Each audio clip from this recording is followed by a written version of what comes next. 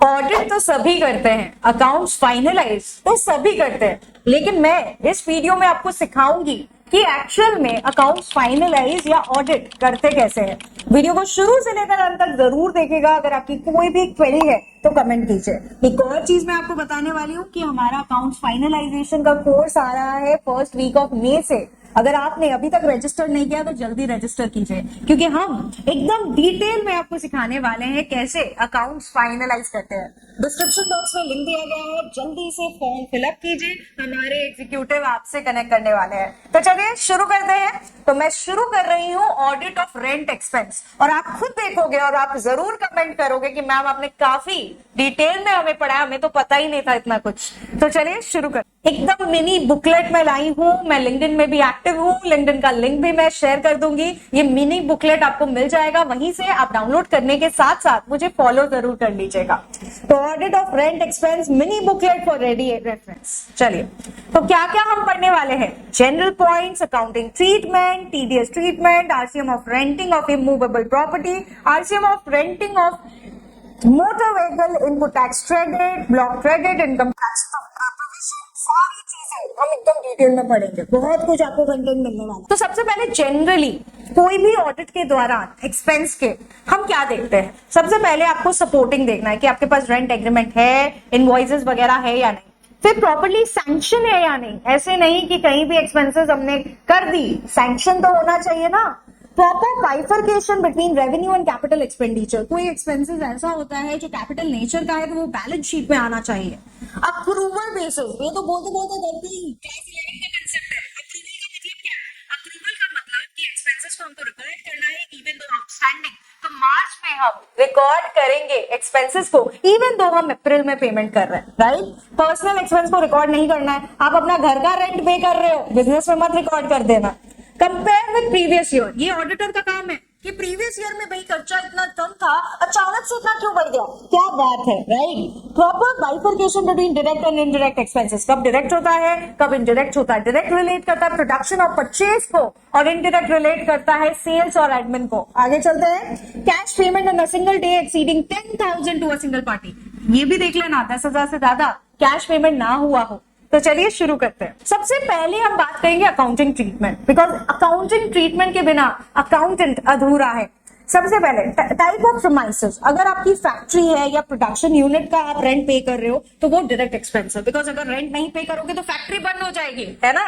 तो वो कहाँ रिफ्लेक्ट होगी? वो ट्रेडिंग में रिफ्लेक्ट होगी। अगर आप ऑफिस का रेंट पे कर रहे हो या शोरूम का रेंट पे कर रहे हो, that is relate to your admin का खर्चा, तो वो इनडायरेक्ट एक्सपेंस है।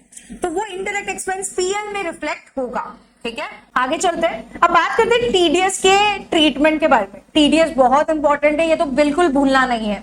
अगर आपका rent on land and building है तो सेक्शन 194I में 10% रेट है, और लिमिट तो बढ़ा दिया गया है। निर्मला सीतारमन में लिमिट क्या कर दिया, बढ़ा दिया, 2,40,000 से 6 लाख पर एनम कर दिया, मतलब मंथली लिमिट 50,000 है। Rent on plant and machinery 194I, rate क्या है 2%, और लिमिट इसका भी बढ़ा दिया गया, 2,40,000 से 6 लाख, मतलब मंथली 50,000। चलिए आगे चलते हैं। Rent, RCM on rent of immovable property, ये एकदम कंफ्यूजिंग है। हर टाइम कंफ्यूजन रहता है कि मैम अनरजिस्टर्ड पार्टी से क्या हम ले रहे हैं रेंट का सर्विस, क्या हमें आरसीएम देना है, ये कंफ्यूजन हो जाता है।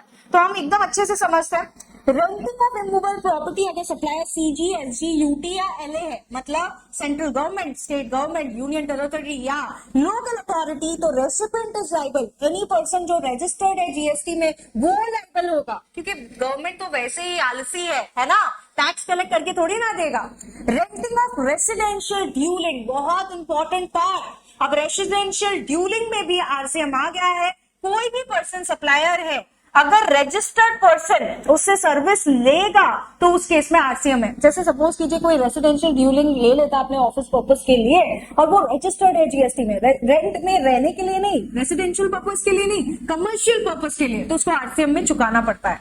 Renting of immovable property other than residential duelling, अगर सपोज कीजिए कोई कमर्शियल प्रॉपर्टी रेंट पे ले रहा है कोई रजिस्टर्ड अनरजिस्टर्ड पर्सन से, तो उस केस में वो रजिस्टर्ड पर्सन टैक्स पे करेगा, other than the composite dealer. अगर वो पर्सन रेगुलर डीलर है तो वो आरसीएम में पे करेगा, ठीक है? लिंक्डइन के लिंक पे क्लिक कर दीजिए, ये डॉक्यूमेंट आपको फ्री ऑफ कॉस्ट मिलने वाला है। जल्दी से मुझे फॉलो भी कर लेना लिंक्डइन में, और सब्सक्राइब बटन तो प्रेस कर ही लो।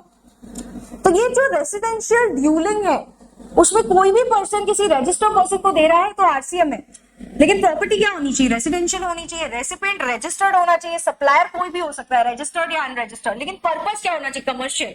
जैसे मैंने घर के लिए, घर में रहने के लिए, रेसिडेंशियल पर्पस के लिए रेंट में लिया है तो उसके इसमें आरसीएम नहीं है। तो चलिए, रेंटिंग ऑफ मोटर कार। जब हम रेंटिंग की बात करते हैं ना, जब हम एज एन ऑडिटर काम कर रहे होते हैं, सिर्फ और सिर्फ लैंड एंड बिल्डिंग नहीं होता है, बहुत कुछ होता है। मोटर कार के बारे में भी आपको जानना चाहिए। और मोटर व्हीकल जो है वो उसमें भी आरसीएम है, तो उसमें आरसीएम कब है, अगर पर्सन रजिस्टर्ड है तो सप्लायर, तो या तो वो 12% एफसीएम में जा सकता है और उसे आईटीसी मिल जाता है। 12% एफसीएम मतलब फॉरवर्ड चार्ज, वो टैक्स कलेक्ट करके गवर्नमेंट को देता है। 5% विद लिमिटेड आईपीसी। तो इस केस में क्या है, अगर सर्विस प्रोवाइडर कोई कंपनी है, बॉडी कॉर्पोरेट है, एलएलपी है, कोई कंपनी है और किसी नॉन बॉडी कॉर्पोरेट को सर्विस दे रही है तो उस केस में होगा वो एफसीएम में जाएगी। एफसीएम का मतलब बॉडी कॉर्पोरेट टैक्स कलेक्ट करके गवर्नमेंट को देगी। लेकिन अगर सर्विस प्रोवाइडर कोई नॉन बॉडी कॉर्पोरेट है, जैसे एचएफ है, इंडिविजुअल है, पार्टनरशिप फर्म है और किसी नॉन बॉडी कॉर्पोरेट को दे रही है तो भी मतलब वो टैक्स कलेक्ट करके गवर्नमेंट को देगी। लेकिन रेसिपिएंट अगर बॉडी कॉर्पोरेट है तो आरसीएम है। आरसीएम का मतलब क्या होता है, जो रेसिपिएंट है वो टैक्स कलेक्ट करके क्या देगा, मतलब टैक्स कलेक्ट नहीं करेगा, डायरेक्टली अपने पॉकेट से गवर्नमेंट को देगा। तो इट्स वेरी इंपॉर्टेंट, अगर आप कोई non body corporate, individual, HUF से सर्विस ले रहे हो और आप बॉडी कॉर्पोरेट हो तो उस केस में आरसीएम है। अगर कोई अनरजिस्टर्ड सप्लायर किसी बॉडी कॉर्पोरेट मतलब किसी कंपनी या एलएलपी को सर्विस दे रहा है तो उस केस में भी आरसीएम है। आरसीएम मतलब रिवर्स चार्ज मैकेनिज्म, जो रेसिपिएंट है बॉडी कॉर्पोरेट मतलब कोई कंपनी, उसको टैक्स देना है। तो एकदम इजी है, मतलब ये चीज आप सोच सकते हो, एक एक बारीकी से ये सारी चीजें आपको आनी चाहिए। आप कमेंट कीजिए, मुझे बताइए कि वीडियो कैसा लग रहा है। मुझे बहुत प्रोत्साहन मिलता है जब आप लिखते हो कि मैम आपने सच में अच्छा वीडियो बनाया है ना। Eligibility and condition for taking ITC. अब आईटीसी ऐसे नहीं मिलता, गवर्नमेंट की नजर है इनपुट टैक्स क्रेडिट में, ऐसे तुमको थोड़ी ना दे देगा। तो क्या क्या चीज होनी चाहिए, अगर आप बिजनेस यूज के ले रहे हो तो आईटीसी मिलता है, नॉन बिजनेस यूज के लिए ले रहे हो सर्विस तो नहीं मिलता है। और आईटी का क्या है कंडीशन, देखो ये पूरा कंडीशन मेंशन्ड है। एक आपके पास होना चाहिए, गुड्स जाना चाहिए, रिटर्न फाइल हो जानी चाहिए, पेमेंट का टैक्स हो जाना चाहिए, टू बी में रिफ्लेक्ट होना चाहिए, ये सारी चीजें कंडीशन दी गई सेक्शन 16 में। पेमेंट हो जाना चाहिए टैक्सेस का, रिटर्न फाइलिंग हो जानी चाहिए, टू बी में रेट होना चाहिए, गुड्स एंड सर्विसेज मिल जाना चाहिए, इनवॉइस होना चाहिए आपके पास, तभी आप आईटीसी ले सकते हो। अब बात करते हैं ब्लॉक क्रेडिट के बारे में। रेंटिंग में भी ब्लॉक क्रेडिट आ सकता है, कब आता है एकदम डिटेल में चर्चा। ब्लॉक क्रेडिट का मतलब इनएलिजिबल आईटीसी, मतलब आपको इनपुट टैक्स क्रेडिट नहीं मिलता। Input tax credit is disallowed on renting, leasing और हायरिंग ऑफ मोटर व्हीकल। हमें पता ही है कि मोटर व्हीकल में हमको आईटीसी नहीं मिलता है, रेंटिंग में, हायरिंग में या लीजिंग में। लेकिन कब मिल सकता है, अगर वो गुड्स को कैरी करता है, अगर उसका सीटिंग कैपेसिटी 13 से ज्यादा है तो उस केस में वो पैसेंजर को कैरी करता है, ड्राइविंग का लाइसेंस देता है। किस चीज का, बिना मोटर कार के आप ड्राइविंग का लाइसेंस क्या दोगे, या सेलिंग करते हो मोटर व्हीकल का, तो उस केस में आपको आईटीसी मिल जाता है। तो 13 सीटिंग कैपेसिटी अगर मैं बोलूं उससे ज्यादा है तो आप बंद कर लो, आईटीसी ले लो। लेकिन 13% सीटिंग कैपेसिटी से कम है तो उस केस में ये 3 चीज होनी चाहिए, या तो कैरिंग ऑफ गुड्स का सर्विस आप दे रहे हो तो उस केस में आईटीसी मिल जाता है। ठीक है, आई थिंक ये क्लियर है।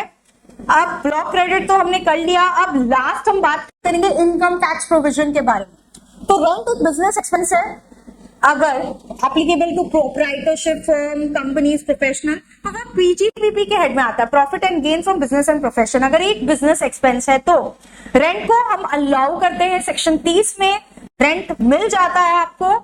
Rent paid for business premises is allowed as deduction, it should be business use होना चाहिए, एक्चुअली पेड होना चाहिए, रेंट एग्रीमेंट होना चाहिए, कुछ प्रूफ होना चाहिए, है ना। तो ये सारी चीजें हमने पढ़ ली। क्या लगता है ये हेल्पफुल था, बताइए मुझे, हेल्पफुल था ना। तो कमेंट कीजिए ना, और ऐसे ही मैं पढ़ाने वाली हूँ। अगर आपको हमारा कोर्स चाहिए तो डिस्क्रिप्शन बॉक्स में लिंक दिया गया है, क्लिक करके अपना डिटेल शेयर कीजिए, हमारे एग्जीक्यूटिव आपको कॉल करेंगे। तो चलिए, thank you so much for your time and patience. Hope ये वीडियो आपके लिए अच्छा हुआ होगा। Thank you.